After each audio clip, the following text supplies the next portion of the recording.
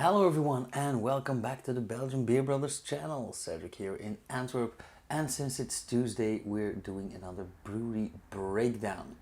Now we've already talked about one castle brewery, Van Honsebroek, and well, let's say we have more than one castle brewery in Belgium.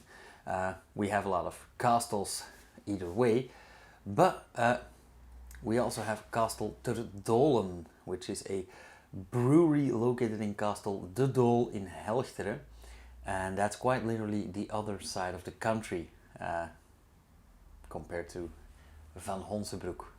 Now, the earliest written mention of Castle de Dool dates all the way back to 1282, but no one knows exactly when the original castle was built on these grounds.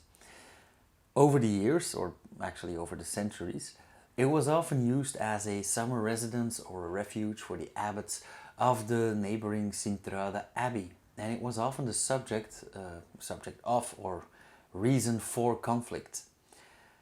Just like in many other stories, this castle too got bombed, shot at, burned down, sieged, whatever, several times up until the end of the 15th century.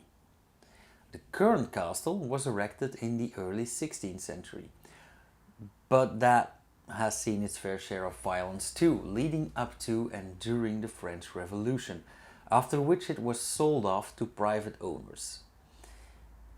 It was inhabited for a while, but later it got turned into a school, and after a few decades, it got vacated again for some reason.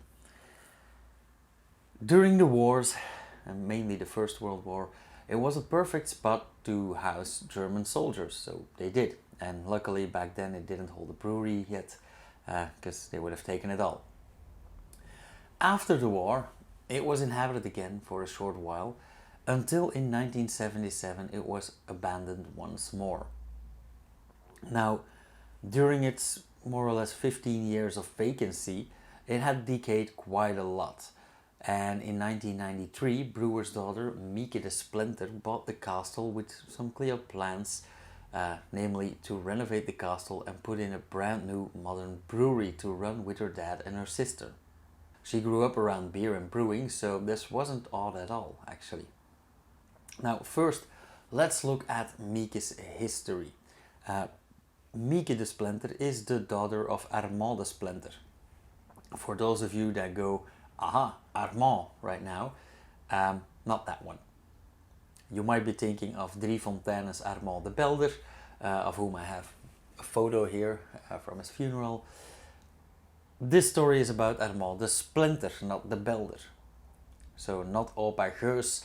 Armand Desplenter was, well, Armand was a pretty popular name back in the olden days. And as things go, we just have more brewers that are called Armand. Now, Armand Desplenter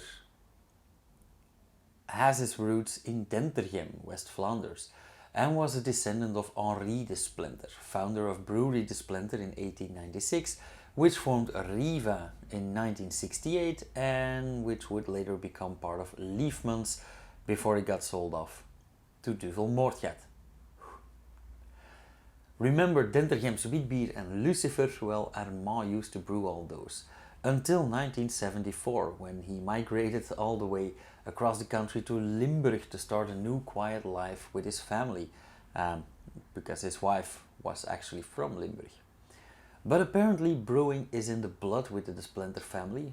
For example, their niece Annick Desplenter started Gruutbier in Ghent a bit later.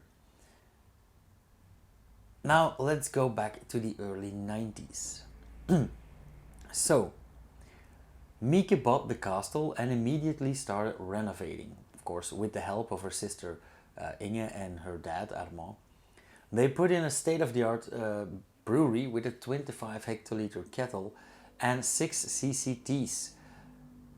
They put all that in the farmhouses on the grounds around the castle, and in July of 1994 they came out with an Abbey style beer. Now, I must say Abbey style because back then they weren't acknowledged as Abbey beer, and that didn't happen until 2008 actually. In 2011, Mieke and Inge decided it was time to honor their father's beer legacy and surprise him with a beer named after him. The Dolen Armand was a 7% ABV hoppy blonde, but more on that tomorrow because we'll be tasting that one. Now, in the following years, Armand realized several projects, even when he was already sick. But those projects in the brewery ranged from sales goals to installing a new bottling line in 2013, a new warehouse with fermentation cellar. Basically, they took care of having ownership of the entire process, from the brewing to the bottling. Unfortunately, Armand fell ill and passed away in April of 2014, so another great loss for our Belgian beer history. Nonetheless, today Ter Dolen brews around 5,000 hectoliters per year and has a portfolio that consists of 8 beers ranging from a white and a blonde, a triple, over the dark and winter beer to even fruit beers. And recently they went with an extremely simple, beautiful design for all of them to replace the horrible early labels. So yeah, if you're curious for the beers, tune in again tomorrow at 6 p.m. to taste the first one with me, and that will be the Armand. Cheers, you guys!